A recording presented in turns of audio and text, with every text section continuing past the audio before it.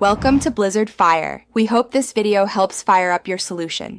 In this video, I will explain how to set up a crypto wallet. First, we'll explore the different types of wallets available, from hot to cold storage. Then, we'll walk through the essential steps for creating your wallet, including securing your recovery phrase. Finally, we'll cover crucial security tips to keep your digital assets safe and sound. When choosing a wallet, you'll encounter hot and cold options.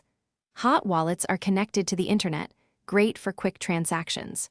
Cold wallets, like hardware devices, are offline, offering superior security for larger holdings.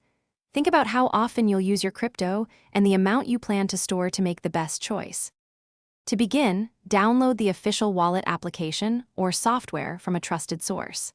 Next, create a very strong, unique password to protect your wallet.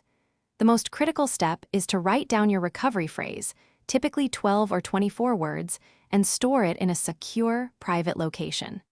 This phrase is your only way to recover your funds if you lose access. Security is paramount for your crypto.